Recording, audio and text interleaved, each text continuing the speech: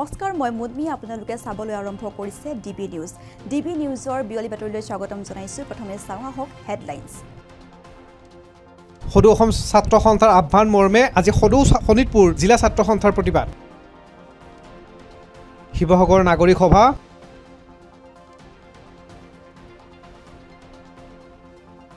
ৰাজ্যৰ ভিন্ন প্ৰান্তৰ সমান্তৰালভাৱে চাপৰতো আছুৰ প্ৰতিবাদ এতিয়া আহিছো বিতং বাতৰিলৈ সদৌ অসম ছাত্ৰ সন্থাৰ আহ্বান মৰ্মে আজি সদৌ শোণিতপুৰ জিলা ছাত্ৰ সন্থাৰ অসম চৰকাৰে বিদেশী ন্যায়াধিকৰণ আৰু অবৈধ হিন্দু বাংলাদেশীৰ বিৰুদ্ধে চলি থকা গোচৰৰ প্ৰত্যাহাৰ কৰিবলৈ প্ৰদান কৰা নিৰ্দেশনাৰ তীব্ৰ বিৰোধিতাৰে জিলা সদৰৰ তেজপুৰ চহৰৰ মাজমজিয়াত প্ৰতিলিপি দাহন কাৰ্যসূচী ৰূপায়ণ কৰে উপস্থিত থাকে আছুৰ সভাপতি অৰূপ তালুকদাৰ আৰু সম্পাদক অভিজিৎ নাথ আৰু আজিৰ দিনটোতে ৰাজ্যজুৰি আছুৱে কৰিলে প্ৰতিবাদ জিলা সদৰত তেজপুৰ চহৰৰ মাজমজিয়াত আমি অসম চৰকাৰে অবৈধ হিন্দু শৰণাৰ্থী গোচৰ প্ৰত্যাহাৰৰ যি প্ৰতিলিপি আমি দাহ কৰিছোঁ ছাত্ৰ সন্থাৰ স্পষ্ট মত হিন্দু শৰণাৰ্থী বহিষ্কাৰ হ'ব লাগিব অসমে বহু অবৈধ বাংলাদেশীৰ বোজা ল'লে ইতিমধ্যে উত্তৰ পূবৰ 4খন ৰাজ্যক বাদ দি ইতিমধ্যে অসমৰ লগতে বাকী ৰাজ্যসমূহৰ জনবিন্যাস সলনি হৈছে আৰু সেইকাৰণে অবৈধ বাংলাদেশীৰ আমি আৰু বুজা নলওঁ অসম বিদেশী চৰণীয়া পথাৰ নহয় স্পষ্ট কথা অসম বিদেশীৰ চৰণীয়া পথাৰ নহয় লগতে অসম বিদেশী ডাষ্টবিন নহয় আজি ইতিমধ্যে আপোনালোকে সকলোৱে গম পায় ৰাজ্য চৰকাৰে যিখন নিৰ্দেশনা জাৰি কৰিছে ইতিমধ্যে বিদেশী ন্যায়াধিকৰণৰ যিটো গোচৰ চলি আছে আয়ুক্তসকলক আৰক্ষী সদলক যি নিৰ্দেশ জাৰি কৰিছে এই নিৰ্দেশ জাৰি কৰাক আমি ছাত্ৰ সন্থাই ধিক্কাৰ দিছোঁ অবৈধ বিদেশী বাংলাদেশী বহিষ্কাৰ হ'ব লাগিব হিন্দু শৰণাৰ্থী অসমত কোনো কাৰণতে থাকিবলৈ দিয়া নহ'ব ত্ৰিপুৰাত যিদৰে আমাৰ ত্ৰিপুৰা জনবিন্যাস সলনি হৈছে অসমত জনবিন্যাস আমি বিদেশী বহু বুজা ল'লোঁ এতিয়া আৰু বিদেশীৰ বুজা কোনো কাৰণতে লোৱা নহ'ব ছাত্ৰ সন্থা আমি এই প্ৰতিবাদস্থলীৰ পৰা আমি অসম চৰকাৰ ৰাজ্য কেন্দ্ৰীয় চৰকাৰ আমি হিন্দু বাংলাদেশীৰ বিৰুদ্ধে অসম চৰকাৰে ন্যায়ালয়ত যি প্ৰত্যাহাৰৰ যি নিৰ্দেশনা দিছে আৰু এই নিৰ্দেশনাৰ প্ৰতিলিপি আজি সমগ্ৰ অসমত জিলা ছাত্ৰ সন্থাসমূহে আমি দাহ কৰি প্ৰতিবাদ কৰিছোঁ এইখন চৰকাৰে হিন্দু শৰণাৰ্থীৰ নামত অবৈধ বাংলাদেশীৰ নামত বিভিন্ন ধৰণৰ বিভাজন কৰি আচলতে গোটেই বিষয়টো ভাগ ভাগ কৰিব বিচাৰিছে আৰু সদৌ অসম ছাত্ৰ সন্থাই অতদিনে কৈ থকা কথাবোৰ আজি প্ৰমাণ হৈছে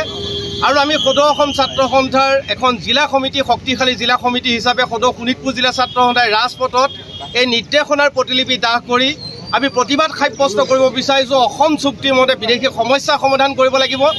আৰু এইখন চৰকাৰে বিদেশীৰ নামত হিন্দুৰ নামত বাংলাদেশীৰ নামত মুছলিমৰ নামত বিভিন্ন ধৰণৰ ভাগ বতৰা কৰি আচলতে গোটেই বিষয়টো নাইকিয়া কৰিব বিচাৰিছে আৰু সেইকাৰণে আমি জিলা ছাত্ৰ সন্থাই পুনৰ এই নিৰ্দেশনাৰ প্ৰতিলিপি দাহ কৰি প্ৰতিবাদ কৰিছোঁ যে বিদেশীৰ নামত যাতে ভাগ ভাগ কৰিব নোৱাৰে এইখন চৰকাৰে অসম চুক্তি অনুযায়ী 1971 চনৰ 24 মাৰ্চৰ পিছত অহা সি হিন্দুৱে হওক মুছলিমে হওক অসম এৰিব লাগিব আৰু ইয়াক প্ৰত্যাহাৰ কৰাৰ ক্ষেত্ৰত ইয়াৰ পৰা খেদাৰ ক্ষেত্ৰত অবৈধ বাংলাদেশী খেদাৰ ক্ষেত্ৰত এইখন চৰকাৰ কেন্দ্ৰীয় চৰকাৰ ৰাজ্য চৰকাৰ নিশ্চয় এক পদক্ষেপ গ্ৰহণ কৰিব লাগিব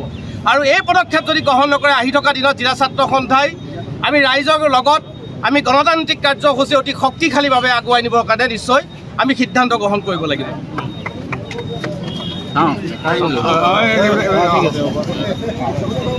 ঐতিহাসিক শিৱসাগৰ জিলাৰ যুৱদলৰ নাগৰিক সভাত ভাষণ প্ৰদান কৰিলে বিভিন্নজন বিশিষ্ট ব্যক্তিয়ে ঐতিহাসিক শিৱসাগৰৰ ধৰ্মীয় মেৰুকৰণৰ আৰু জাতিভেদৰ মাজত বীজ সিঁচিব যাতে নোৱাৰে তাৰ বাবে এক বিশেষ সিদ্ধান্ত ল'লে আৰু নাগৰিক সভা আয়োজন কৰিলে আৰু সভাৰ জৰিয়তে কেইবাটাও সিদ্ধান্ত ল'লে এই নাগৰিক সভাই ঐতিহাসিক শিৱসাগৰৰ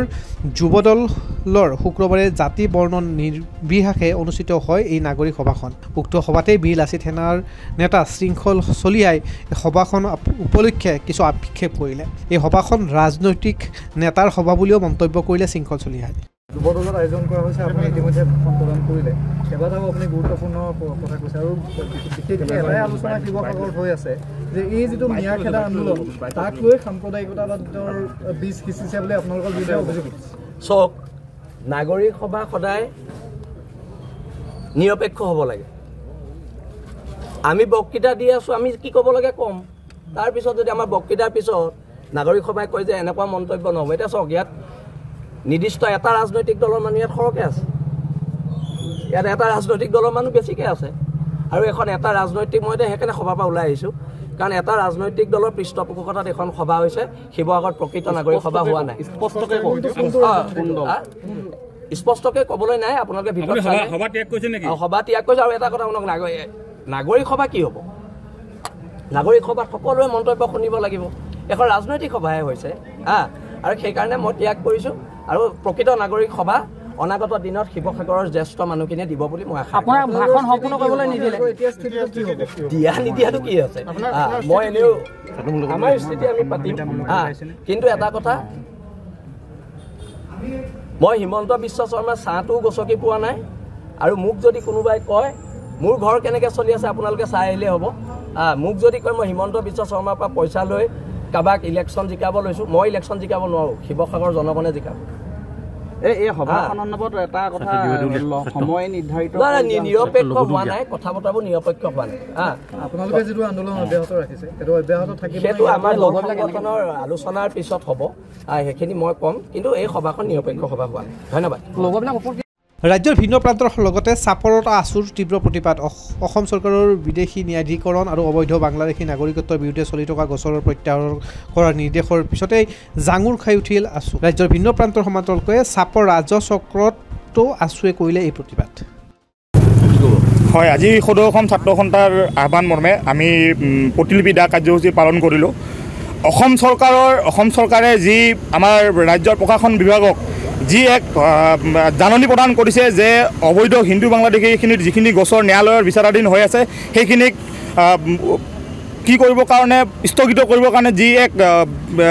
কি কৰিছে সেয়া খুব লজ্জাজনক বিষয় ধিক্কাৰ এই বিষয়টোক আমি আছুৱে ধিক্কাৰ জনাইছোঁ এয়া কোনো কাৰণতে গ্ৰহণযোগ্য নহয় বিদেশী ইয়াত মুছলমান বিদেশীয়ে হওক বা হিন্দু বিদেশীয়ে হওক এয়া কোনো কাৰণতে অসমত থাকিব নোৱাৰিব অসমখন কোনো বিদেশীৰ চৰণীয়া পথাৰ নহয় ইয়াতে কোনো বিদেশীৰ স্থান নাই আৰু কেতিয়াও নাই যদি বিদেশী হয় মুছলমান হ'লেও বিদেশী আৰু হিন্দু হ'লেও বিদেশী আৰু যি যেনেকৈ অসম চৰকাৰে কৈ আছে যে উত্তৰ পূৰ্বাঞ্চলৰ ইনাৰলেণ্ড পাৰ্মিটৰ 4খন ৰাজ্যৰ কাৰণে কাখন 4খন ৰাজ্যৰ কাৰণে কা অবৈধ আৰু বাকী কেইখনৰ কাৰণে কা বৈধ এয়া কোনো পধ্যে হ'ব নোৱাৰে যদি কা অবৈধ হয় সকলোৰ কাৰণে কা অবৈধ হ'ব লাগিব কা আমি আগতেও মনা নাই আৰু ভৱিষ্যতেও আমি কা নামানো আৰু ইয়াৰ দ্বাৰা আমি অসম চৰকাৰক সকীয়াই দিব বিচাৰিছোঁ এই যি নীতি তেখেতসকলে প্ৰৱৰ্তন কৰিব বিচাৰিছে বৰমূৰীয়াসকলক যি তেখেতসকলে নিৰ্দেশ প্ৰদান কৰিছে এই নিৰ্দেশ অতি সোনকালে স্থগিত কৰক নহ'লে অন্যথা আমি সদৌ অসম ছাত্ৰ সন্থাই আগন্তুক দিনত আমি জংগী আন্দোলনৰ কাৰ্যসূচী ল'বলৈ বাধ্য হ'ম হয় আমি দেখা পালোঁ সংবাদ মাধ্যম যোগে দেখা পালোঁ যে অসম চৰকাৰে অমুছলমান মানুহখিনি যিখিনি বিদেশী গোচৰ খাই আছে যিখিনি অমুছলমান মানুহৰ নামত বিদেশী গোচৰ হৈ আছে সেই অমুছলমান মানুহখিনিক গোচৰ মুক্ত কৰাৰ এটা সিদ্ধান্ত লৈছে চৰকাৰে অমুছলমান মানে হিন্দু শিখ আমাৰ খ্ৰীষ্টিয়ান এইখিনি মানুহক বিদেশী গোচৰৰ পৰা মুক্ত কৰাৰ যি সিদ্ধান্ত লৈছে এই সিদ্ধান্তক তীব্ৰ ভাষাৰে গৰিহণা জনাইছোঁ সদৌ অসম গৰিহণীয়া দেশী জাতীয় পৰিষদৰ তৰফৰ পৰা আৰু ইয়াতে এটা কথা আছে যদি মানুহখিনিক গোচৰ মুক্ত কৰিবই লাগে তেতিয়াহ'লে খিলঞ্জীয়া ভিত্তিক কৰক যিখিনি খিলঞ্জীয়া মানুহৰ নামত যিখিনি গোচৰ হৈ আছে এই খিলঞ্জীয়া মানুহখিনিক গোচৰৰ পৰা মুক্ত কৰক তেতিয়াহ'লে আমাৰ কোনো আপত্তি নাই আৰু এটা কথা কা আমি আগতো মানা নাই এতিয়াও মানি নলওঁ বিদেশী হিন্দুৱে হওক মুছলমানে হওক বিদেশী অসমৰ পৰা যাব লাগিব ধন্যবাদ অসম চৰকাৰে যিটো প্ৰশাসনক যিটো জাননী দিছে যে বিদেশী অবৈধ হিন্দু বিদেশী যিখিনি গোচৰ আছে গোচৰখিনি উঠাই লোৱাৰ যিখন জাননী দিছে সেই জাননীখন আমি আছুৰ পৰা তীব্ৰ গৰিহণা দিছোঁ আৰু অসমৰ কাৰণে এটা লজ্জাজনক বিষয় অসমখন অবৈধ বাংলাদেশীৰ ডাষ্টবিন নহয় যে বিদেশীৰ নামত ধৰ্ম ৰাজনীতি নচলিব বিদেশী হিন্দু হওক মুছলিম হওক বিদেশী অবৈধ বিদেশী যিখিনি আছে হিন্দু আছে মুছলিম আছে সব যাব লাগিব যিখিনি জেগাত হিন্দু যদি ক'ৰবাত অবৈধভাৱে বেদখল কৰি আছে হিন্দুখিনিক উচ্ছেদ কৰিব লাগিব অবৈধ বিদেশীখিনিক আজি কি কাৰ্যসূচী ৰূপায়ণ কৰিলে চাওক আজি আমি কাৰ্যসূচী সদৌ অসম ছাত্ৰ সন্থাৰ আহ্বান মৰ্মে আমি কাৰ্যসূচী পালন কৰিলোঁ এই প্ৰতিলিপি দা এই যিখন জাননী আছে দিছে প্ৰশাসনক সেই জাননীখন আমি প্ৰতিলিপি দাহ কৰিলোঁ ডিবি নিউজৰ বিয়লি বাতৰি আজিলৈ ইমানেই আছিল চাই থাকিব ডিবি নিউজ